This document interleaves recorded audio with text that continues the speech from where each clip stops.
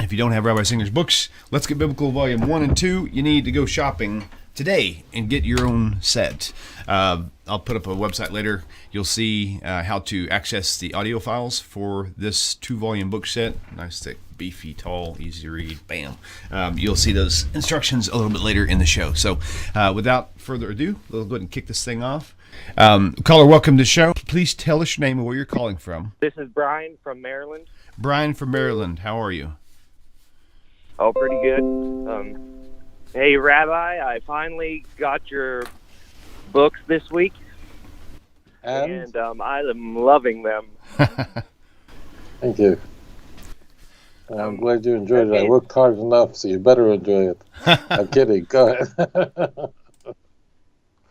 Okay, so my question this week is in Zechariah, when it says that the 10 Gentiles will grab a hold of the skirt of the Jew, and it's pretty much the prophecy that we're fulfilling on this show.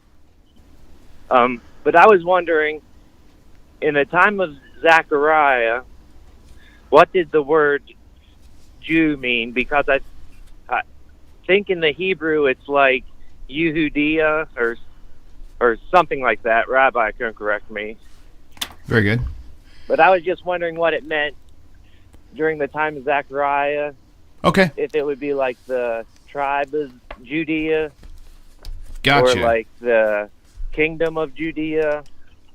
Or what exactly it meant. Rabbi, I'm going to pass this along to you, and we'll get moving. So thank you. Well, thank you very much. This is a very insightful question this gentleman asked. And I've been getting a slew of those, and that's very exciting. This man is asking a question that superficially seems to be a linguistic question. When did the Jews, where in Tanakh did the Jews begin to be called the Jews? And I said, that sounds like, what?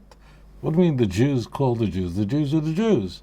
Well, as it turns out, the Jewish people are called the Jews because the remnant that remained after the Assyrian Empire ravaged the children of Jacob during the kingdom of Chizkiyahu, during the first 14 years of Chizkiyahu's reign. After the defeat of Sancherib, he was the last of a series of Assyrian kings who had a very unique military method of conquering a nation. Ordinarily, when nations invade another nation and war with it and seek to destroy it, so they come in, they kill all the leaders, and then they bring in their soldiers and they simply subordinate the nation that they've conquered.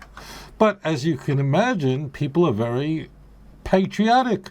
It's not just Americans are patriotic, it's not just Canadians are patriotic, and it's not just Indonesians are patriotic. All nations, in fact, the Indonesian flag, which is red and white, where I live, it's that we fought for this land with our blood and our bones, and that's what the red and the white represents.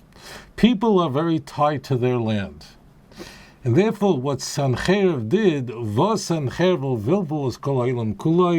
Sancherib, when he captured a nation, he homogenized them. He carried them away to another land and brought in another nation. Incidentally, when he destroyed the 10 northern tribes, meaning he carried them away to a land unknown, he brought in the Samaritans. The Samaritans, the Kutim, were the replacement group. They were brought in from another area. But that's not germane to your question. At that moment, during the Assyrian Empire, once the 10 northern tribes were ravaged and carried away to a place unknown, yes, we are promised they will be restored. Ezekiel 37, Hosea chapter 2, etc., etc. At that point, who is left? When God destroyed the Assyrian Empire, and in fact 185,000 soldiers were slaughtered, 2 Kings 18 and 19, Isaiah 36, 37, and so on.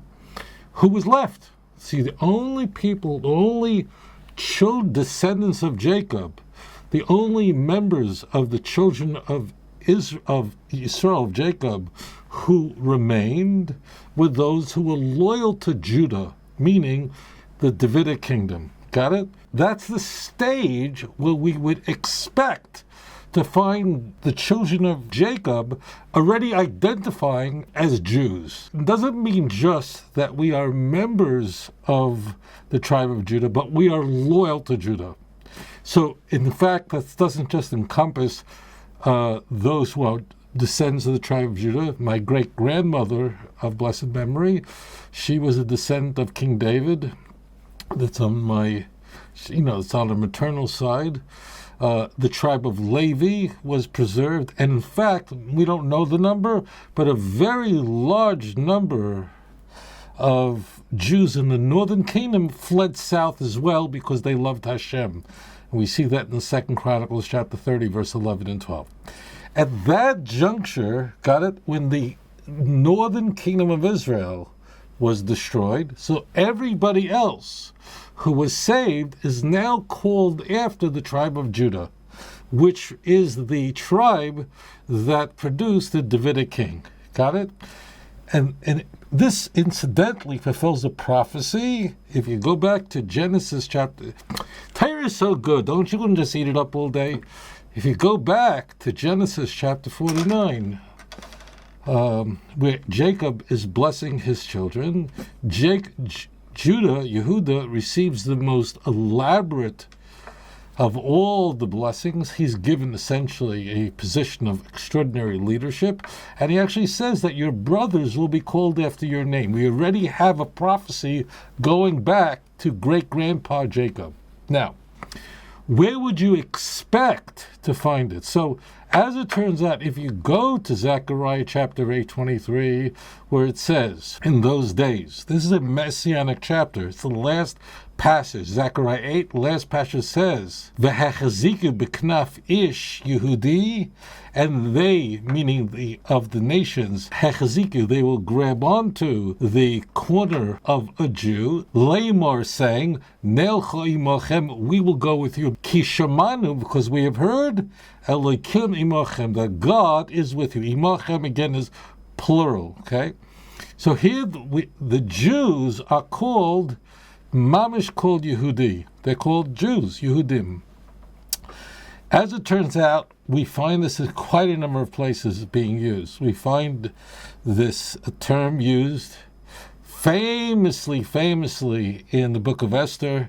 Even Mordechai himself was from the tribe of Benjamin. But even though that Mordechai is called Ish Yemini, he was from the tribe of Benjamin, but he was called a Yehudi. You see what I'm saying? So all the tribes, everybody who survived Assyria, that's prior to the Babylonian Empire, this is during the midst of the First Temple period, is now called, identified as Jews, meaning they're loyal to the kingdom of Judah. Now, as it turns out, there is a passage even much earlier than this. So you'll find the term used in the book of Esther, of course. But actually, you'll find it earlier. You'll find it in the book of Isaiah. I encourage you to go to Isaiah chapter 36. In chapter 36, we have, as it turns out, this this epic siege of Yerushalayim. 185,000 soldiers surround Jerusalem. We don't know the number of Jews that are inside. There was this wicked Jew who was an apostate who went over to the other side. His name is Ravashka, and he could speak Hebrew because he was of Jewish lineage. But the key was he was speaking in Hebrew when he was warning the messengers of Hezekiah of that Assyria is now going to come and destroy you. He was warning them, listen up, my friends. Remember, Jerusalem is surrounded. That's all that's left. More than 40 cities of Judea are destroyed. And he's saying, and this Ravashka and his companions are saying, is there any nation that ever stood up to King of Assyria, to the mighty Assyrian Empire? Who are you going to stand up to? Did the gods of other nations? Meanwhile, he cursed God. And the servants said to him, please, can you speak in Aramaic? Because at that time, time-wise, we're going back roughly 2,730 years ago. Let's just say that. We'll use that number, 2,722 years ago. Okay? Something around that. So at that time, Aramaic was not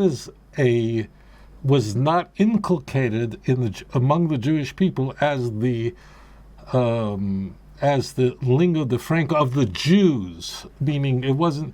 Hebrew was very well known to the Jews, so they didn't want the Jews to become frightened from these words. So they said to Rav Shaka, he should perish in hell. Daber no avo el ovedecha, speak please to your servants Aramis, kishoimin anachnu, because we understand va'al tadaber elenu Yehudis.